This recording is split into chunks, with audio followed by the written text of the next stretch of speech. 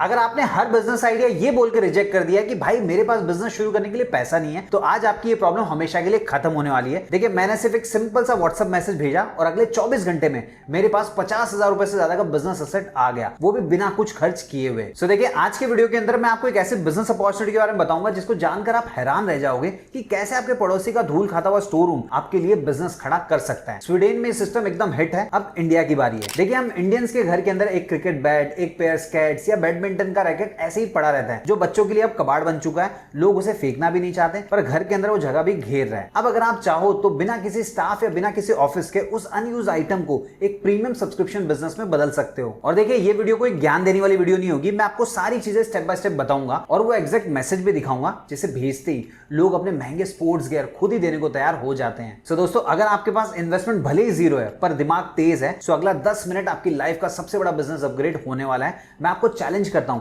ये वीडियो खत्म होने से पहले आपके दिमाग में आपका पहला कलेक्शन पॉइंट रेडी होगा। सो अगर आप तैयार हैं तो चैनल को सब्सक्राइब कर लीजिए और कमेंट बॉक्स में लिख के बताइए ये वीडियो आप कहां से देख रहे हैं, ताकि आपके आसपास में जो जो बिजनेस अपॉर्चुनिटीज अवेलेबल है उनको हम फाइंड आउट करें, उनके ऊपर वीडियो बनाएं और आप उन वीडियोस को देख पाएं।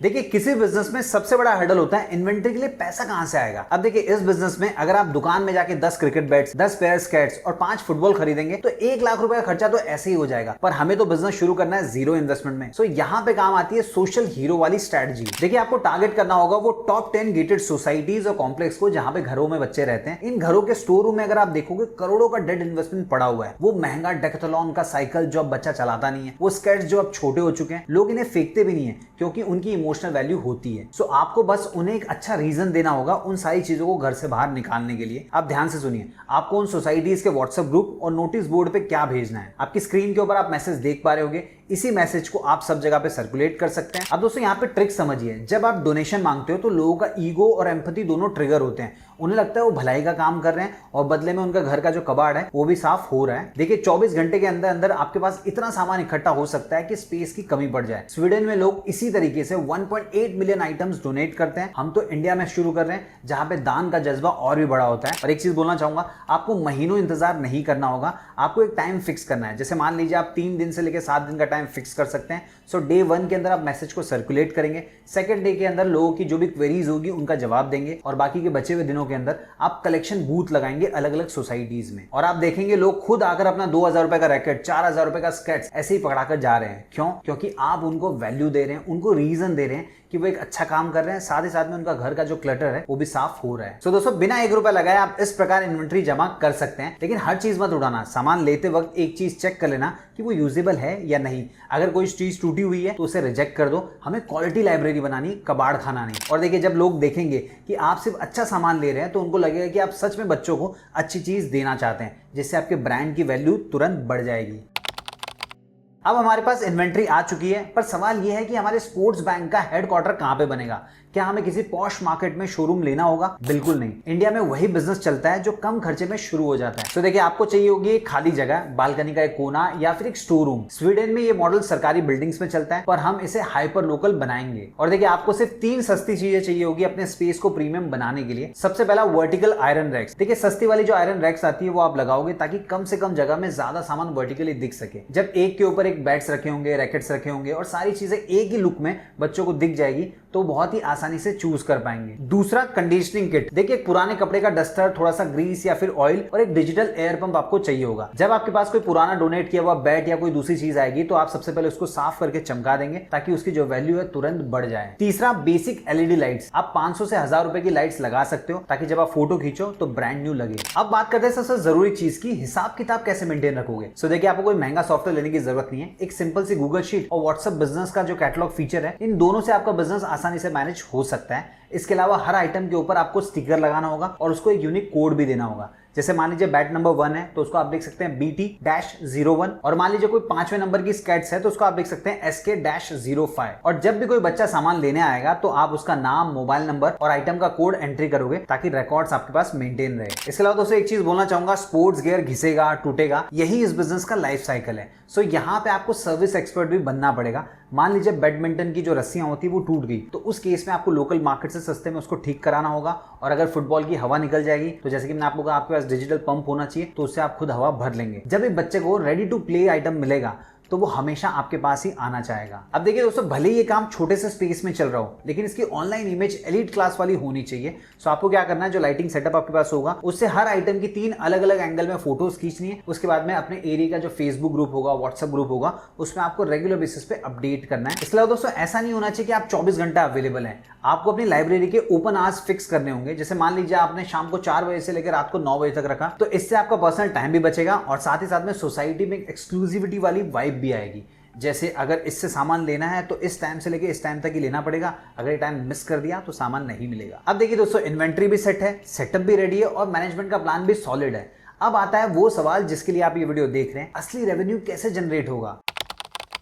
क्या हमें सामान रेंट पे देना है? Answer is no. Renting model पुराना हो चुका है, हमें यूज करना होगा नेटफ्लिक्स का सब्सक्रिप्शन मॉडल। आप सिंपल 3 प्लान बना सकते हैं। सबसे पहला स्टार्टर प्लान, जिसकी प्राइस होगी 299 रुपीज, और इसमें जो बच्चा होगा वो महीने के अंदर 3 से 4 बार कोई भी गियर को ले जा सकता है। दूसरा होगा प्रो प्लान, इसकी प्राइस होगी 499 रुपीज मंथ, अनलिमिटेड स्वैप कर सकता है। आज क्रिकेट खेलो, कल स्केटिंग, परसों फुटबॉल। दोस्तों ये प्लान उन पेरेंट्स के लिए बेस्ट होगा जो अपने बच्चों को ऑलराउंडर बनाना चाहते हैं, जिसके लिए सारी चीजें एक्सप्लोर करवाना चाहते हैं। तीसरा प्लान आप फैमिली प्लान रख सकते हैं, 799 रुपीज मंथ।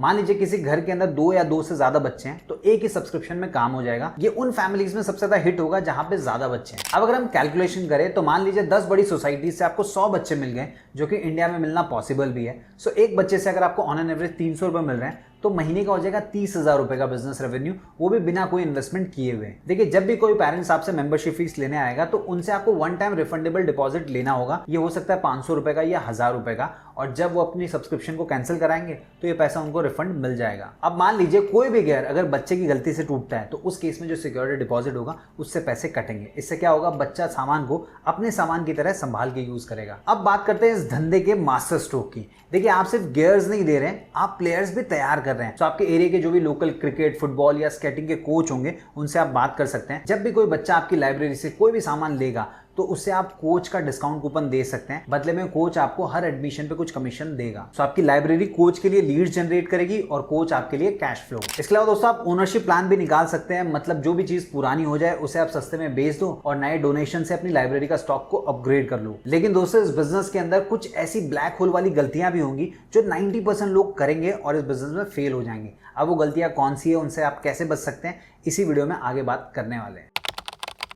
अब सवाल यह है, पूरे शहर को कैसे पता चलेगा कि आप स्पोर्ट्स बैंक चला रहे हो, और आप एक जगह से निकल के 10 अलग अलग लोकेशंस पे कैसे पहुंचोगे वो भी समझते हैं। देखिए आपको फेसबुक और इंस्टाग्राम एड्स पे पैसे खर्च नहीं करने हैं, क्योंकि आपका असली ऐड होगा सोसाइटी का ग्राउंड या गार्डन जहां पे बच्चे खेलने आते हैं। तो आप हर संडे एक फ्री ट्रायल डे रख सकते हो, जब बच्चे लाइन लगाकर महंगे महंगे स्पोर्ट्स गियर को ट्रायल करेंगे तो बाद में खुद ही माँ बाप को खींचकर लाएंगे। इसके अलावा दोस्तों जब बच्चा गियर वापस लेकर आए तो उसे एक स्पोर्ट्स वॉरियर का बैच दे दो। जब दूसरे बच्चे वो बैच देखेंगे तो वो अपने पेरेंट्स को भी आपकी लाइब्रेरी ज्वाइन करने के लिए कहेंगे। वैसे भी दोस्तों इंडिया में बच्चों की जिद से बड़ा मार्केटिंग टूल कुछ नहीं है। जब आपका पहला सेटअप हिट हो जाए तो आपको रुकना नहीं है, आपका अगला स्टेप होगा पार्टनरशिप मॉडल। आपको दूसरी सोसाइटी में खुद बैठने की जरूरत नहीं है, वहां किसी कॉलेज स्टूडेंट या किसी ऐसे इंसान को पकड़ लो जिसे पार्ट टाइम काम चाहिए। इन्वेंट्री आप उसे अरेंज करके देंगे, सिस्टम भी आपका होगा, वो इंसान सिर्फ ऑपरेशंस को संभालेगा, 50% आपका 50% उसका। इस तरीके से एक सेंट्रलाइज ऐप या व्हाट्सएप से आप 10 सोसाइटीज को कंट्रोल कर सकते हो। इसके अलावा दोस्तों स्केलिंग का मजा तो तब है जब आप B2B में घुसते हो। छोटे स्कूल्स और जो प्ले स्कूल्स होते हैं अक्सर उनके पास स्पोर्ट्स गियर का बजट होता ही नहीं है। सो आप उन्हें एनुअल टैब ऑफर कर सकते हो, उनके स्पोर्ट्स डे का सारा गियर आपकी लाइब्रेरी से जाएगा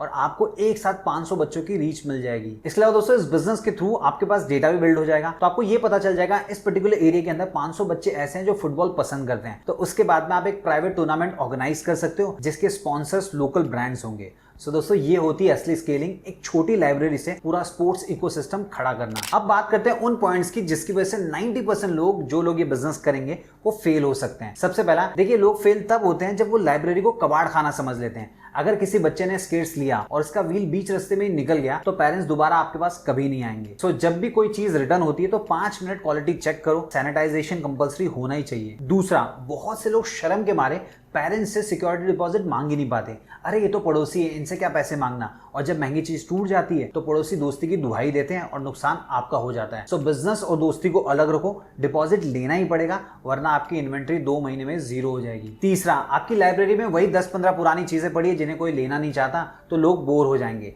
नए ट्रेंड्स में जो जो चीज़ें आती है, जो जो नई नई टेक्नोलॉजी की चीज़ें होंगी, वो सारी आपकी लाइब्रेरी में होनी चाहिए। इसके अलावा हर 3 से 6 महीने में जो पुराना सामान है उसको सेल कर दो और डोनेशन ड्राइव के थ्रू नया सामान को रोटेट करते रहो। तो दोस्तों याद रखिएगा, हर बड़ा बिजनेस एक छोटे सॉल्यूशन से स्टार्ट होता है। सो आप सिर्फ लाइब्रेरी नहीं खोल रहे हैं, आप उन हजारों बच्चों को एक मौका दे रहे हैं जो महंगा गियर अफोर्ड नहीं कर सकते। तो आज ही अपने एरिया में 5 सोसाइटी शॉर्टलिस्ट कीजिए और वो मैजिक व्हाट्सएप मैसेज भेजिए जो मैंने आपको स्क्रीन के ऊपर दिखाया था। रिजल्ट आपको हैरान कर देगा। अब दोस्तों इस वीडियो को उन सभी दोस्तों के साथ शेयर कीजिए जो लोग बिजनेस शुरू तो करना चाह रहे हैं लेकिन हमेशा दुहाई देते हैं कि यार बिजनेस शुरू करने के लिए पैसा नहीं है। और साथ ही साथ में अगर आपको इसी प्रकार के 4 यूनिक बिजनेस आइडियाज जानने हैं तो आपको ये वाला वीडियो देखना चाहिए। इसके अलावा अगर आप एआई से रिलेटेड बिजनेस आइडियाज जानना चाहते हैं तो आप ये वाला वीडियो देख सकते हैं। और चैनल को सब्सक्राइब कर लीजिए, वीडियो को लाइक कर दीजिए, दोस्तों के साथ शेयर कर दीजिए।